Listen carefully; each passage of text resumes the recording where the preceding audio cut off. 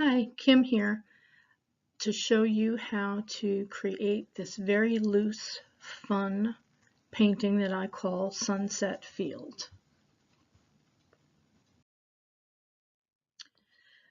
I was painting over another painting on this one, so please disregard the background. You can see there's kind of a tree back there or something. You're just starting on a blank canvas, and you're going to start with your yellow sun and then some red circular strokes around it. And you can see here I'm very loose. I'm not overthinking it. I'm just doing it. Now we want to use the red and extend it to the upper corners of the canvas. And the way I have my landscape done, I kind of have it dipping down here. So that's up to you if you want to do it the same way. And you will pick up some of the yellow when you apply your red paint, and that's okay. It looks fun, you know, it turns to orange, so don't worry about that.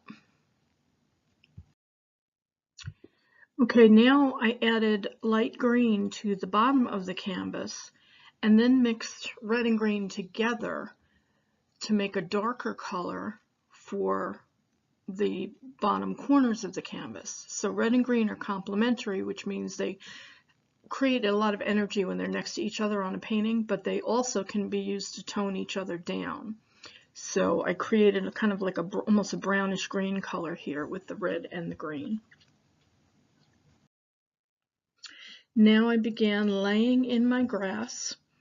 It's best to start at the bottom and use upward strokes, but that doesn't mean you can't do it the other way too. I probably used both techniques in this.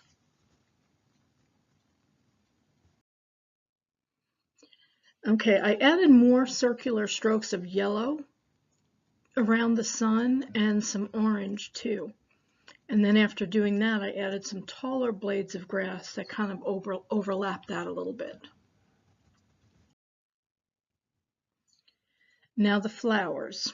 These flowers are very simple. This is, you know, kind of an abstract, loose landscape. So these flowers are just little circles of color. So you can use the paintbrush, you can use your finger, a Q-tip, anything to make these little dots. You want to have them different sizes, different colors. I've got pink, yellow, purple, blue, and then I use the tip of my handle of the paintbrush for those little teeny tiny white flowers. I added a little yellow and some white in spots on the blades of grass to kind of highlight them, so they're just on the tips. You don't want to overdo this, you know, just have them here and there so they really stand out. And you can see on this kind of close-up here that the texture is just so much fun to look at on this painting. Now I added some centers to the flowers. So on the yellow flowers, I added purple centers. Those are complementary colors. You could do anything you like here.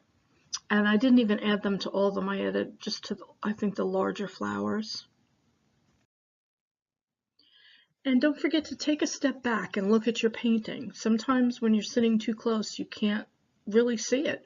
You need to get up from your chair, take a few steps back, turn around and look at it. Then you can appreciate the whole thing in its entirety. And you can see if something's off balance, or, you know, maybe there's too many flowers on one side and you need a few more on the other side. So you can really get a good feel for it when you can see the whole painting in its entirety and see if there's anything you need to change. You should be done at this point. It's time to sign it. You always sign your paintings. Take pride in your work. I hope you enjoyed this one. I think this was a great beginner one because there's no real rules. It's a landscape. You know, grass grows all kinds of crazy ways, and, you know, it's not a very rigid painting. So I think it was a great one for beginners. So I hope you enjoyed it, and I will see you soon.